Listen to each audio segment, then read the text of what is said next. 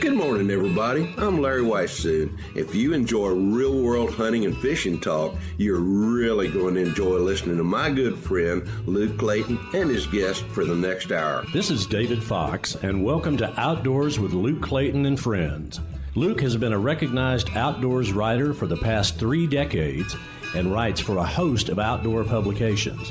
Luke pens a weekly newspaper outdoors column that appears in over 40 Texas newspapers. Luke is on the pro staff of Pyramid Air, your one-stop shop for everything air gun related. Smoking techs, electric smokers, feel free to contact Luke through his website, catfishradio.org. Now let's join Luke and his guests for this week's show. Well, good morning, everybody. It is your old buddy Luke Clayton, and my good friend Larry Weishuhn is standing by. Deer season's been going on for a while for bow hunters, but what Larry and I call the real deer season, the opener, is just around the corner. Larry, thank you for spending some time with us, and man, it's the right time and to talk about deer hunting. It's almost here, buddy. Look, you're exactly right, and it is our time of the year as far as I'm concerned. I really want to visit a little bit about hunting with rattling horns this morning, but before we do, I really need to thank DSC, Conservation Education, Hunter Advocacy. They do a fabulous job. Hornady, accurate, deadly, dependable, and we're planning on putting those Hornady ammo different types to great use here for too very long. Yep. And Stealth Vision, Stealth Vision is the finest optic company there is in the world, and they're headquartered there in Crockett, Texas, kind of halfway between you and me, and Vineyard Max. I'll tell you what, Paul and Kurt and Rick and Ricky and those guys do just an absolutely fantastic job with the Vineyard Max bait, which, again, I want to address a little bit here in just a little bit, but finest deer bait there is, plus they do a whole bunch of other different things. And then, we've got a few other sponsors out there that really do right by us, and then one of them, of course, is Choctaw Hunting Lodge, and I spent some time up there not very long ago, and we'll be doing so again. But it's that time of the year. It's this time of the year, if you will. We're right on the cusp of the whitetail rut, pretty much across North America. Some places it's already happened. Some places it's going on right now. Some places it'll really get started here in the next week. But that being the case, we mentioned rattling earlier, I did. That's right now, we're coming upon the best time, as far as I'm concerned, over a lot of Texas and a lot of the other states to start rattling, because these bucks are active. They're out looking. They're starting to look for does. That testosterone level is up. The bachelor herd split up some time ago, and those bucks that were buddies, back then, they really don't care for each other. So right now, these bucks are really anxious to get it on as far as the rut's concerned. And as I mentioned, testosterone level is up, their aggressive level is up, and that's the best time to start rattling, or at least start thinking about rattling. Larry, I know, I agree with you. I've been there with you and solo and everything else, but just at the peak of the rut, when they're looking, they are looking. They're seeking out a receptive doe. There's no question about that. And I remember back in the 80s, I don't remember exactly which year, but I remember, honestly, Larry, watching you on TV rattling, and this was back mid-80s, and I'd never seen a buck come to rattling horns, and I'd never rattled. I thought, whoa, I'm not going to mess up the tranquility out here by beating horns together. I don't want those bucks to spook. That was the old mindset, Larry. With everybody. With everybody. It was. Now, you're supposed to be church quiet when you're hunting deer. But I did. I'd say 86, something like that, up in Jack County. I said, you know what? I had some horns that I'd shot a buck, a year or two earlier, and I had some antlers there, and I thought, I'm going to try this. Well, I tried it. It didn't work, and I was beginning to. I thought, well, wait a minute. I don't know about this, but I did. It was a weekend. I was up in Jack County on a lease by myself, and I thought, I'm not going to spook anybody else's deer, so I rattled up a little old forkhorn, and he come in like he was just like you had a leash on him, and he just popped up, and I said, wait a minute, this does work. It can work anyway, but. So in the ensuing years, I've rattled up a bunch of bucks, but I do it, you know. I guess they'll come on into horns in December. I don't know, but mostly, like you said, Larry, in the early stages of the rut, when they haven't locked in with does, they're looking hard, and that's the time that I've rattled in more bucks than ever. But I'm going to ask you, I think most people that haven't rattled deer in, or they seem to think there's some kind of a magic formula to how, to the certain, clicks of the antler. I don't know, but it's really just, I've never seen it to be a magic formula at all. Just rattle and don't, and rattle a while and look and rattle and be real still and look, and if they can hear it, they'll come in.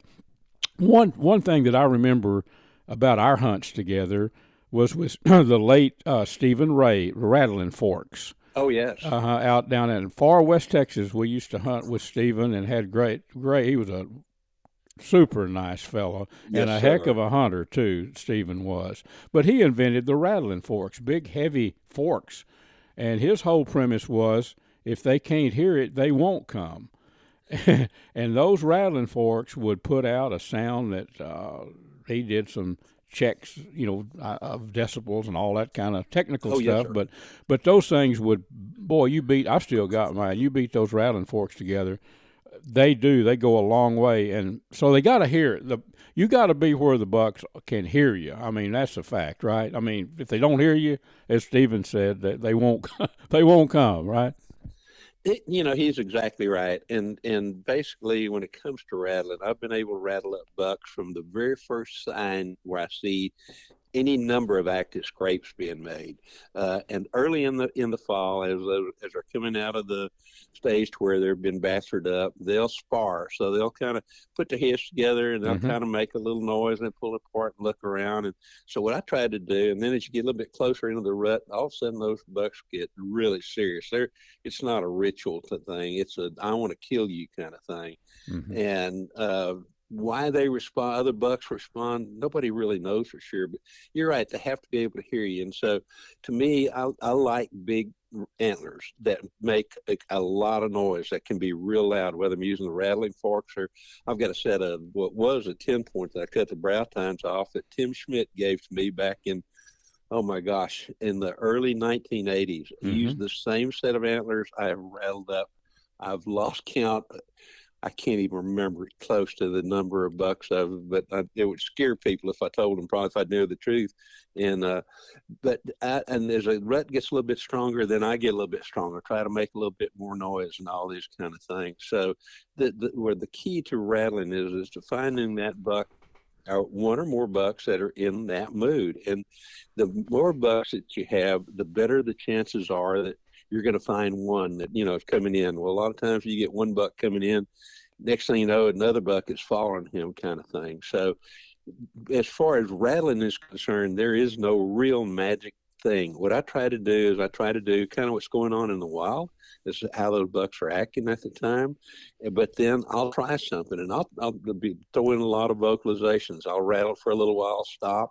And if I rattle in bucks that way, I'll do that. If that doesn't work, I get more aggressive and rattle longer. I've actually seen mature bucks fight for a total of 8 hours. I sat up one night in the hill country watching two bucks fight, two mature bucks. They fought off and on for 8 hours. They would fight until they couldn't go anymore. And then they stand there, get head together, and you can hear them go, breathing really deeply. Finally, one of them would catch his breath again, and the fight would be on again. So, and in the process of all that, there were about 20 different bucks that showed up that I could see. And again, this was at night underneath a nightlight kind of thing. But you're right, there is no magic formula. The thing about it is, too, some days the best time to rattle is first light.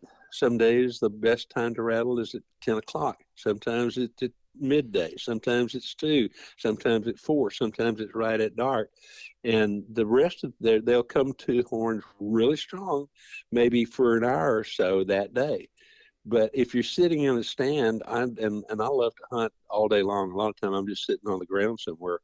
I'll take a set of rattling horns, and about every hour I'll rattle, or maybe every half hour. Mm-hmm. And when I do, I always watch downwind, because so very often that buck may approach, from upwind, and he come running in. But what he's going to do, he's going to circle you. Deer live and die by their noses. They pay a lot of attention to what they see and what they hear. But when it comes right down to it, they want to smell before they make a decision as to what to do. So when you do rattle, the one thing you want to do is set up so that you can see directly downwind, but you also want shooting lanes to kind of at an angle off to your left and to your right, because you can see that deer trying to come in downwind, because they'll come in downwind and they'll just stand there for a little bit, and it maybe even you won't even see some of those mature bucks because they come in just far enough in the brush. But if you'll stay there and just kind of every once in a while tickle the horns, throw in a little grunt or something like that just to keep them interested, you can get those big older mature bucks to come in, because most time the bucks that you rattle in are going to be yearlings, 2.5, 3.5, some 4.5. Once they get to be 4.5 years old, if you rattle in an older buck, you're really doing something. Those older bucks become much more wary, and they're so careful. So again, you want to be able to. It doesn't do any good to rattle up a buck, and I think a lot of people that say they've never rattled up a buck probably have rattled in deer. They just came in where they didn't get the chance to see them. So, to me, you just keep at it. It's a good point, Larry. And I remember by the house here, I was hunting, I don't know, 8 or 10 years ago, bow hunting. I was up in a tree stand, right.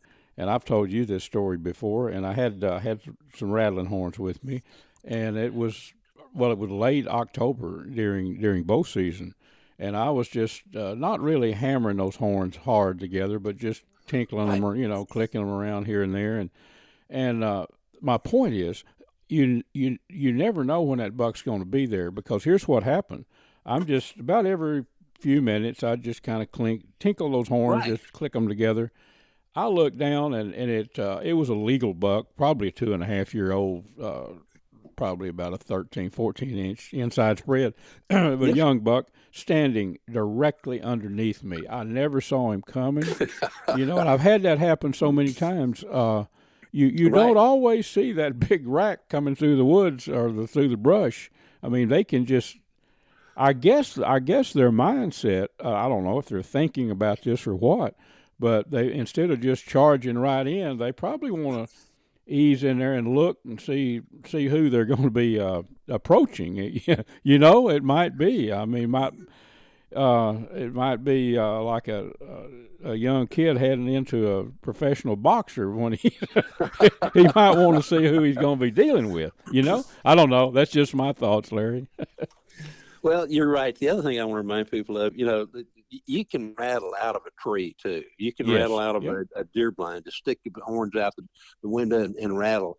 And but again, be watching downwind. Me, if I have the property in which I can do it, is I like to rattle for a while in a spot and then get up and move away, and like a deer would do. The brush is, or wind direction. How strong the wind is. If the wind's blowing pretty hard, I'll still keep rattling. I just won't move as far as between places. But when you do that, the one thing you always want to do is plan on staying at least 15 to 20 minutes, if not a half hour, after you quit rattling. Because some of those really big bucks, they'll come in, and they may stand there for 15, 20 minutes before they finally walk out to where you can see them. And in years past, I was too anxious. I'd rattle, and my gosh, if something did come in, and I'd get up and walk away. And as I did, I'd see a big old buck spook running away. So I learned the hard way that you better stay a little bit longer than what you think you should. I know. Larry, we have to take a quick break. Would you come back with me? I'm not through talking deer hunting, and I know you're not. I'm laughing. I'm not. Friends, Mr. Larry Weishuhn is going to tell you about the finest hunting optics that we have ever found. Luke, these are called Stealth Vision. They come from Crockett, Texas. Dr. John McCall developed them. They're 34-millimeter tubes as opposed to the narrower tubes, so more light transmission. They have a little green light that comes on. That scope is leveled because that's when you want to pull the trigger. They have an optional lighted reticle as well, too, and a whole lot of other products, and folks can learn more about them by going to stealthvision.com. Folks, I want to introduce you to Vineyard Max. Now, this is an awesome deer attractant, a food attractant that's made with hammer-milled grape skin, dried hammer-milled grape skins. It has a mixture of rice bran and also corn chops. Very effective. Deer can smell the scent of grapes from a long way, and it brings them in. I've used it in West Texas out with Larry Weishuhn, and we were out there where deer are not even exposed to grapes, and they came right in. Also, Vineyard Max has a very good line of game and fish feeders. Check them out online, vineyardmax.net. Friends, I want to tell you about an awesome camping destination, Wind Point Park on Lake Tawakoni. It's over on the far east side, kind of the northeast side of the lake. It's a pristine park. You can go there and view, I think they estimated a couple of hundred deer on that couple of hundred acres there.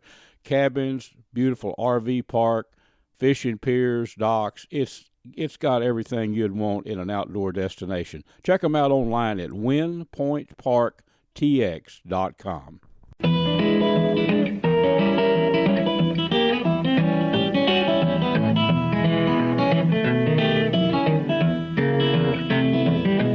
Folks, this segment is made possible by Smoking Tex electric smokers that I've been using a long time. Ultramatic feeders. I'd like you to check out the big bore air gun that I've done a great deal of hunting with.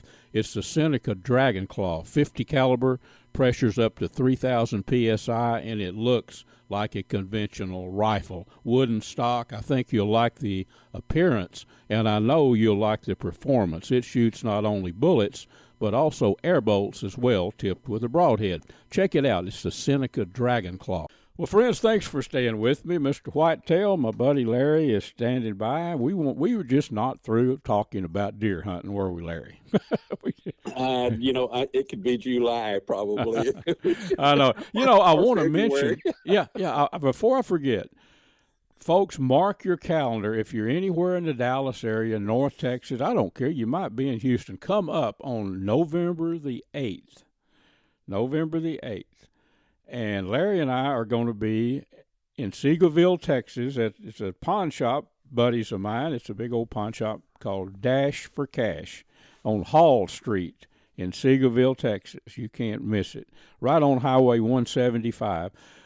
Celebration of the outdoors. We're going to have our books. Larry and I will have our books there. And we're going to try to bring in a fire pit, have an outdoor campfire. I've got a big old metal fire pit, but some of it will be outside. Some of it will be in this big pawn shop, big store. My buddies, they have all kind of gear there.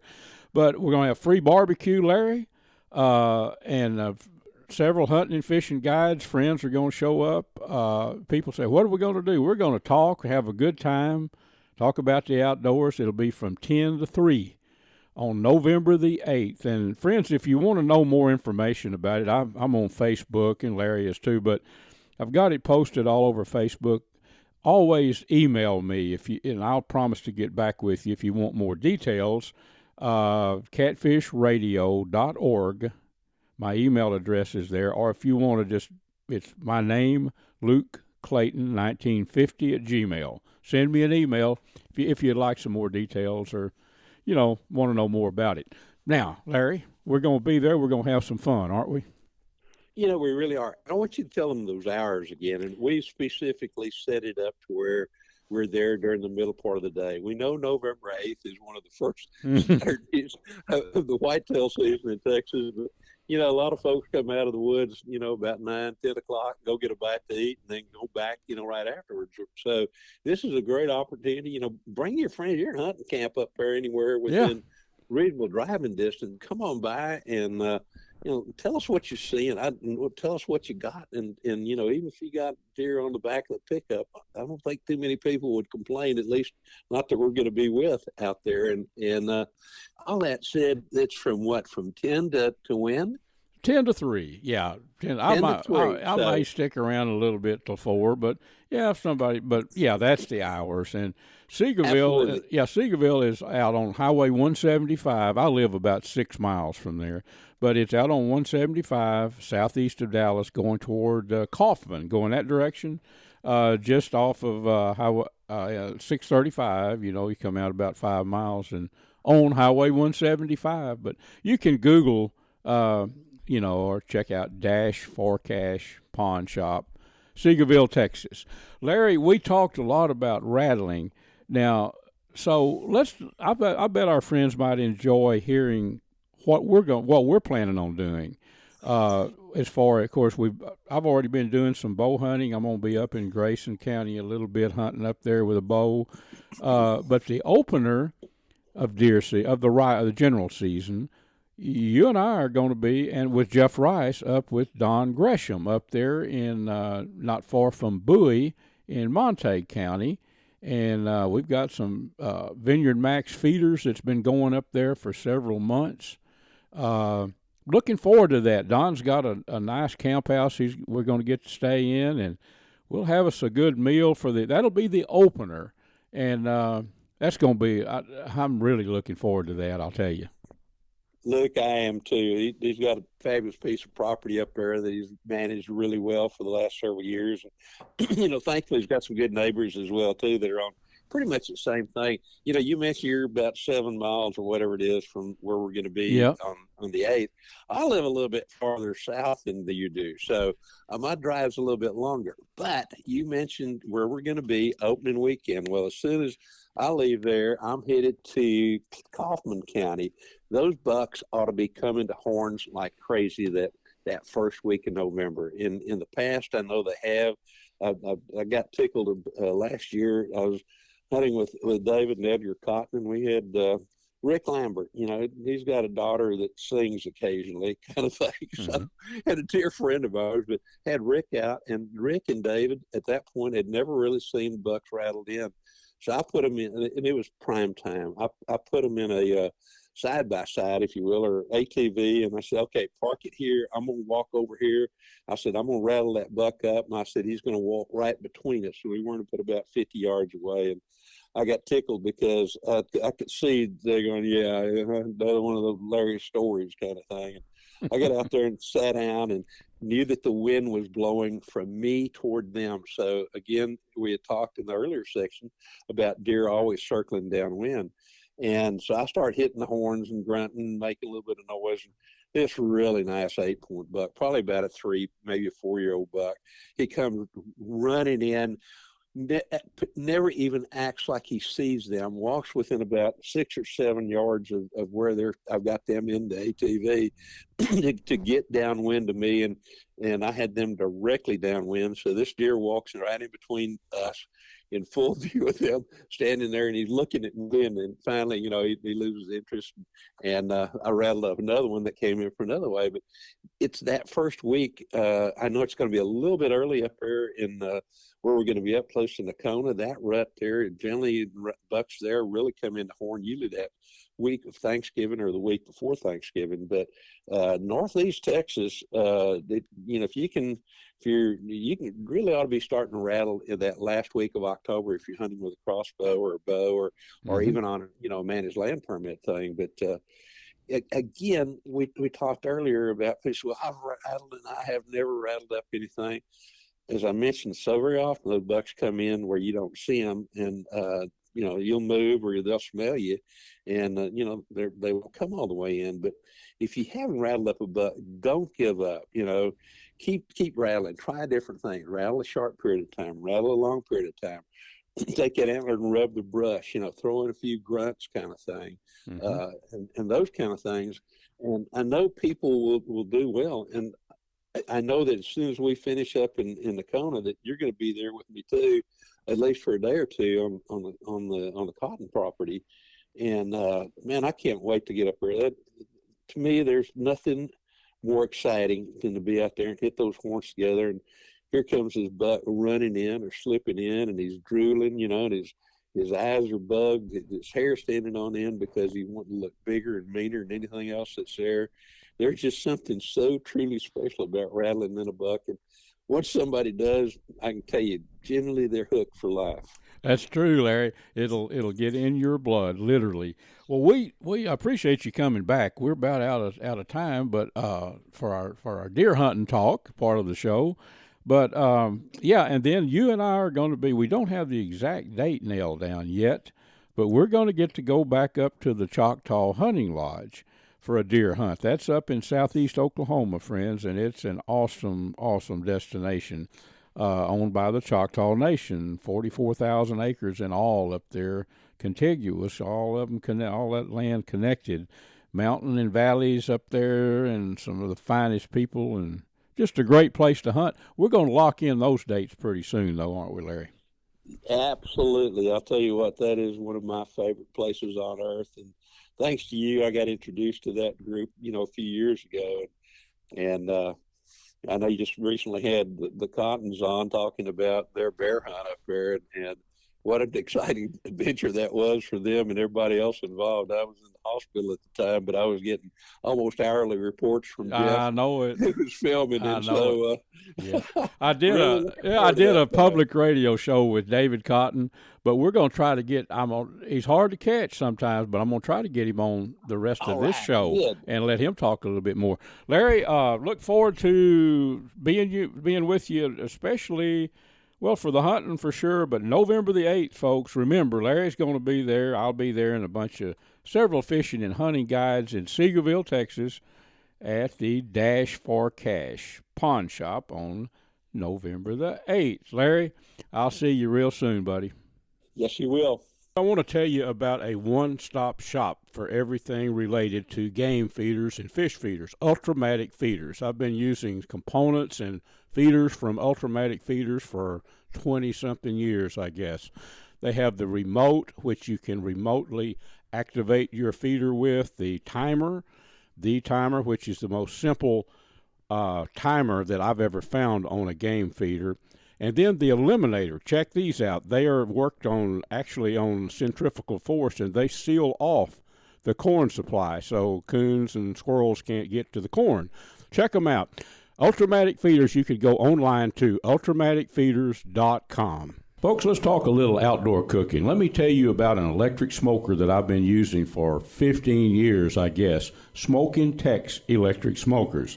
If you're tired of staying up all night keeping that wood fire burning when you're barbecuing, give Smoking Tex a try. They're made to last a lifetime. You can check them out at smokingtex.com. That's SMOKINTEX.com. For seasonings, anything to do with outdoor cooking, all kind of jerky seasonings, sausage seasonings, Butcher Packer Supply. That's butcherpackersupply.com. I think the website is butcher-packer.com. Big Sam left Seattle in the year of 92 with George Pratt, his partner, and brother Billy too.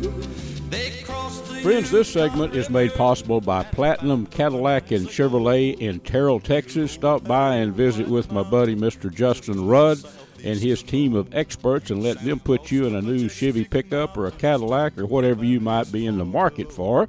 Also, the Choctaw Hunting Lodge up in southeast Oklahoma. Check them out at ChoctawHuntingLodge.com.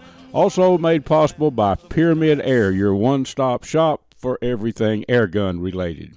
Well, friends, if you've been listening to our show very long, you have heard me bragging on Vineyard Max.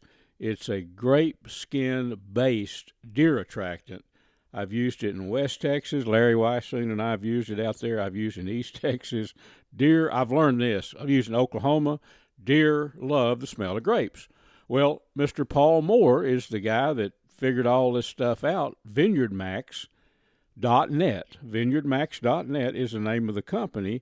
Let's visit with Paul and talk about deer and grapes. Paul, thank you, buddy, for being with us. Absolutely, Luke. Thank you for the opportunity this morning. It's always a pleasure to visit with you. Yes, sir, it is. And it's, the general season, bow season's been going on. People have been using Vineyard Max already this year to bring some good deer in. I've seen some pictures. But the point that I want to get across to all of our friends is, a lot of people have not heard of Vineyard Max. They don't know that deer have a love for that smell of, I think, the aroma of the grapes. And I've hunted with it a bunch for about 2 years now. And out in West Texas, Larry Weishuhn and I, where I first really got introduced, there were no grapes out there. There's no muscadine. There's no Mustang grapes. There's no grapes. We're at Sterling County, and we put that stuff out, and the deer. My knowledge of it, deer can smell it a long way. There's something about that scent of grape.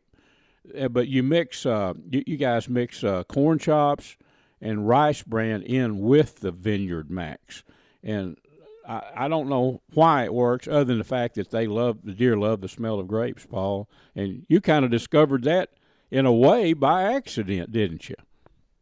Yes, sir. So I have a friend that has a custom grape crushing facility right here in Nacogdoches, and he processes about 200 tons of grapes a year. And he needed a disposal program for those grape skins. And so thought we were going to make some flower bed mulch to distribute to landscapers, but we couldn't keep the deer out of it. To your point, Luke, I think it's the aroma that brings them in. I really do.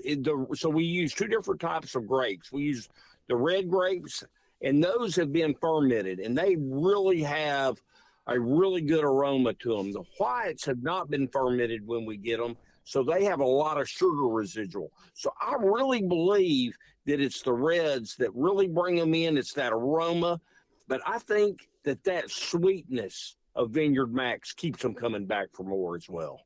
It works. I know that much. Here where I live, there's a lot of Mustang grapes, lots of them. It's kind of in the river bottom. Well, you've been to my house in Kaufman County. You know what it looks like. Absolutely. A lot of lowland, lots of Mustangs grapes.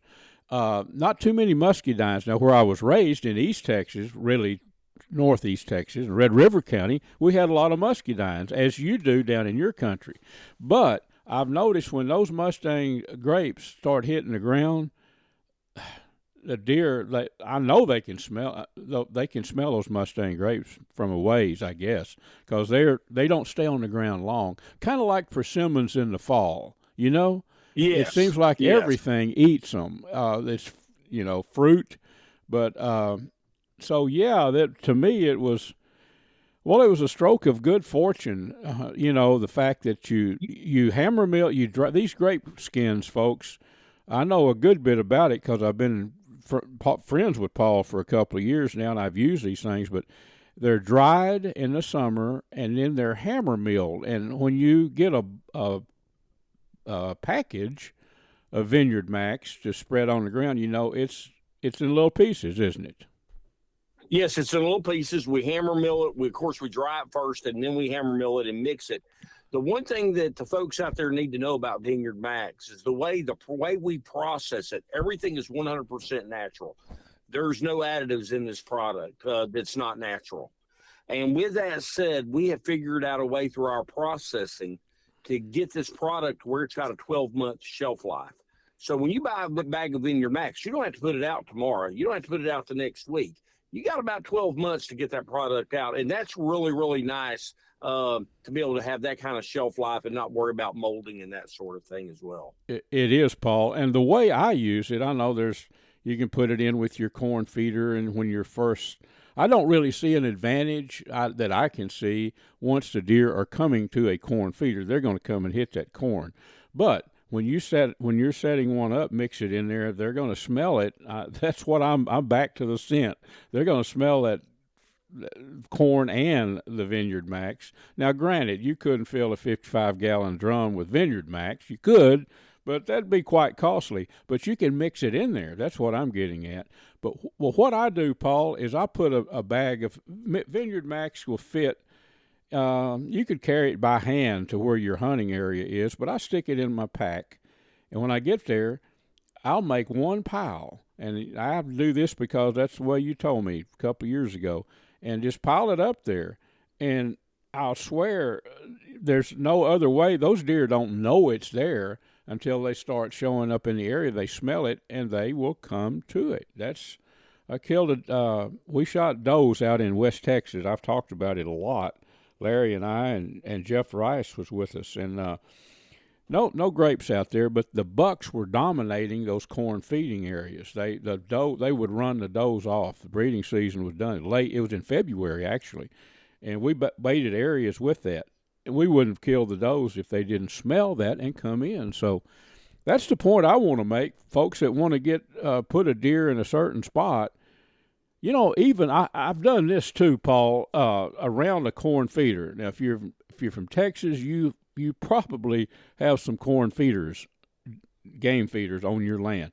I have put Vineyard Max off where I wanted the deer to be and stop them before they ever get to the corn. So there's a lot of ways you can use it, right? We have actually. When we've done a lot of our field testing and things, what I've done is one of the things I did I thought was really interesting, Luke, is we had several feeders set up where the deer were just coming into those feeders morning and evening, and I put Vineyard Max out just like you described in some shooting lanes, 25, 30 yards from the feeders, and when those feeders would go off, the deer would come in, but they never made it to the feeder. They literally sat out there on those, I call them the Vineyard Max aroma piles. Yes. They sat out there on those aroma piles, and they literally never made it to the corn feeder before it got dark. And they were out there on the Vineyard Max for an hour at a time. And that just really tells me two things. Number one, they're attracted to the aroma, to your point. Agree with that 100%. But the palatability of Vineyard Max is next to none. When they get started on it, they don't want to leave it. They don't leave the pile when I pour that out. They stay, they'll eat it. Yep.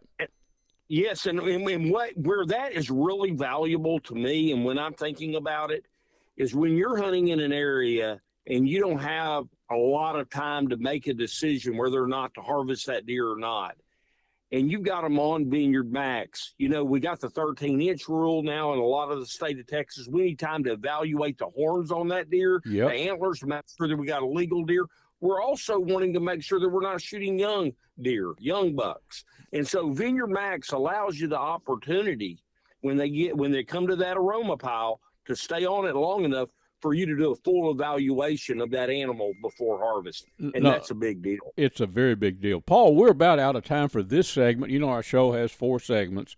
VineyardMax.net, right? Is that the best way? And then you got a system of dealers all through over much of Texas. But if they go to VineyardMax.net, they can order a bag or a case or whatever right there, right?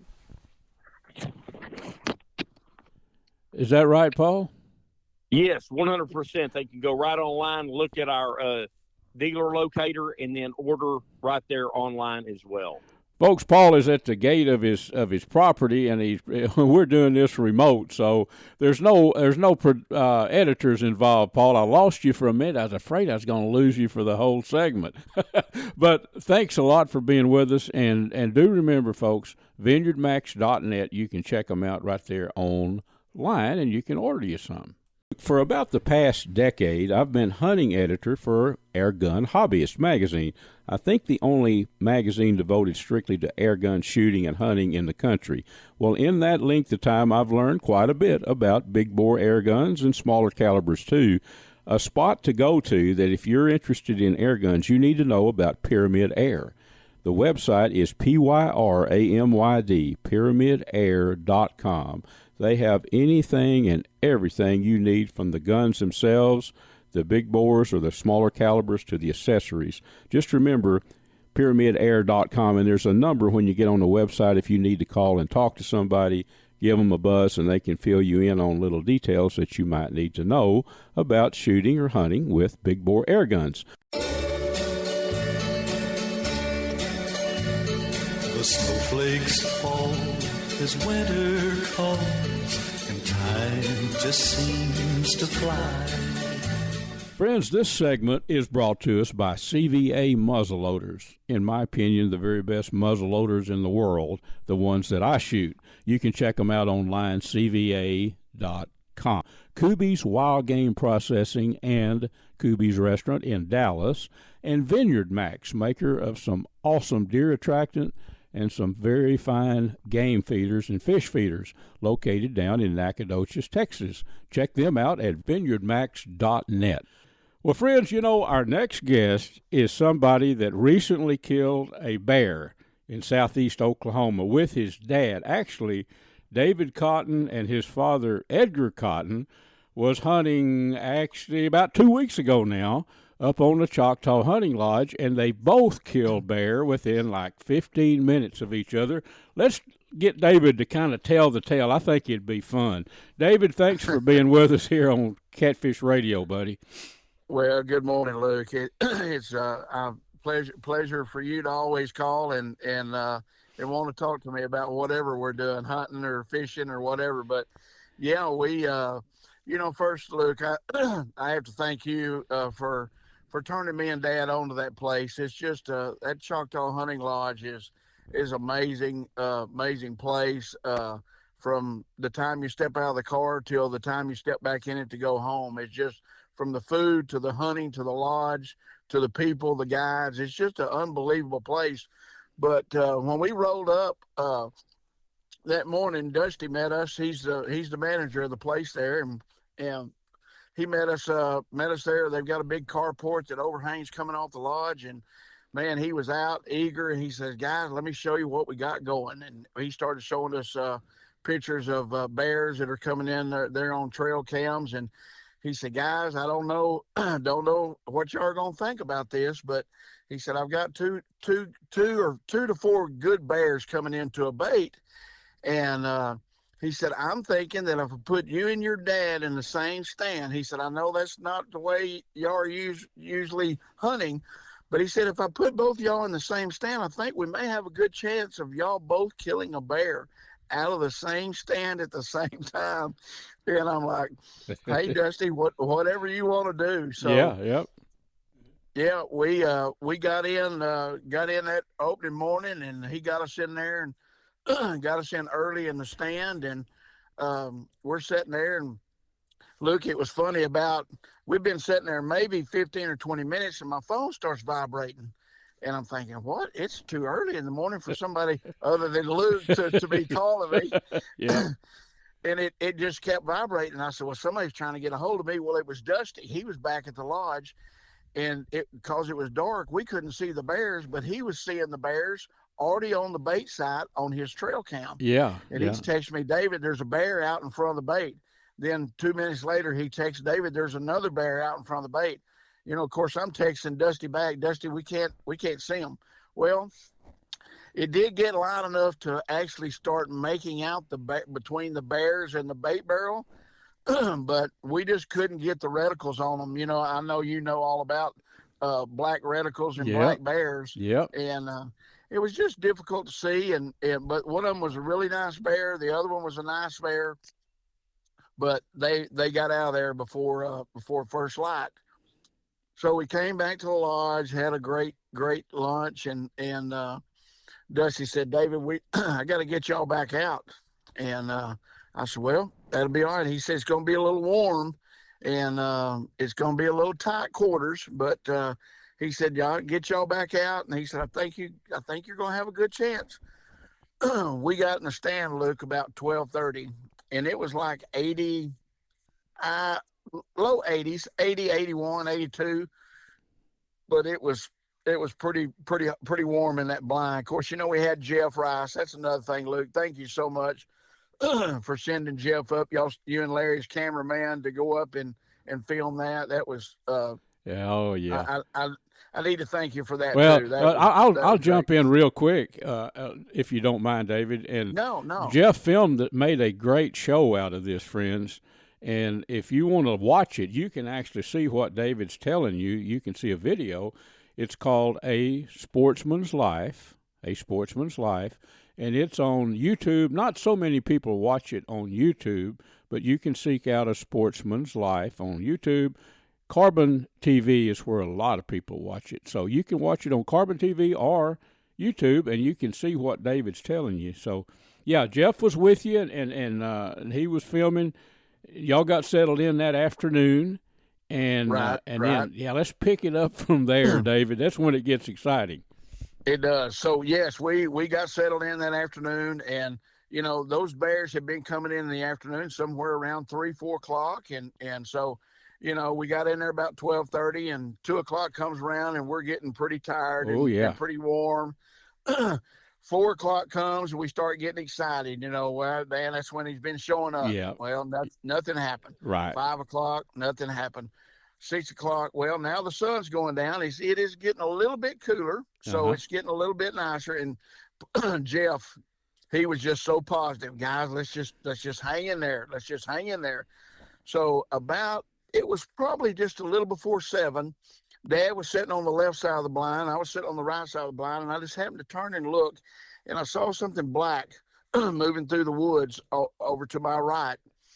And I got up and got to looking. I said, Dad, that's a good bear. I said, get on your bow, get on the bait, and we don't say nothing or don't move. I said, he's coming. He's circling around, coming to that bait. Luke, that big bear circled around. He came up, and there were some few little pines. I don't know. I watched the show. I don't think Jeff got those pines, but there was a few little pine trees there, and the bear stopped and looked right at us. And just for maybe 10 seconds, came over to the bait, smelled the bait, then turned broadside. And I was just fixing to say, I don't know if I said it or if I was just fixing to say it, shoot. And he let that arrow fly. And I mean, he made a great shot. The bear took off, ran to the right, ran down there about maybe 40 or 50 yards off the bait site there. And Luke, I didn't know about the death moan. Yeah. So we're sitting there, and Jeff's like, "Hey guys, let's quiet down." Of course, we were all excited, everybody. Oh, it's hard to be quiet. Yeah. Yeah. Jeff said, "Hey guys, let's be quiet." And I'm like, "Jeff, that bear's dead." He said, "No, they don't always do it, but they sometimes will do what's called a death moan." And Luke, it wasn't 10 or 15 seconds after that, and I can't even describe. If you've heard it, you've heard it. But to describe it, it was pretty eerie sound coming through those woods. Yes, it is. It is. So we get back and everything's going good, and I told Dad, I said, "Hey, we're still hunting." I said, "Get up out of that chair and let's swap chairs." Let me in. So I got my bow up and got situated in his chair. He got in my chair, and Luke, it couldn't have been 10 or 15 minutes right after that bear came in. Here comes another bear approaching from the downside of the bait barrel. And he came in, did exactly the same thing as the other bear. Come up, smelt the donuts, turned broadside, and I let it go. You shot. That's right. And Edgar is, folks, I don't know if we mentioned it, but Edgar is David's dad, Edgar. So Edgar had one down, and 15 minutes later, David, you put a bow arrow through it. We call them a bolt out of a crossbow. And right. You can watch all this on A Sportsman's Life, friends. I want you to watch it too. But 2 bear within a few, that death moan you're talking about, I've never killed a black bear, but I've guided a bunch of guys up. We used to outfit up in north of Steamboat Springs, and I've been in on probably 10, I don't know, maybe that many, 8 or 10 bear kills, and I have heard that death moan you're talking about. And, yeah. So there's no question about that, what that sound is. But well, congratulations to both of y'all. I mean, a lot of times, even with like Dusty Vickery, the head honcho up there, and his wife Nicole, who I might say makes the best food. I mean, the food is worth going up there. But no, they are just awesome.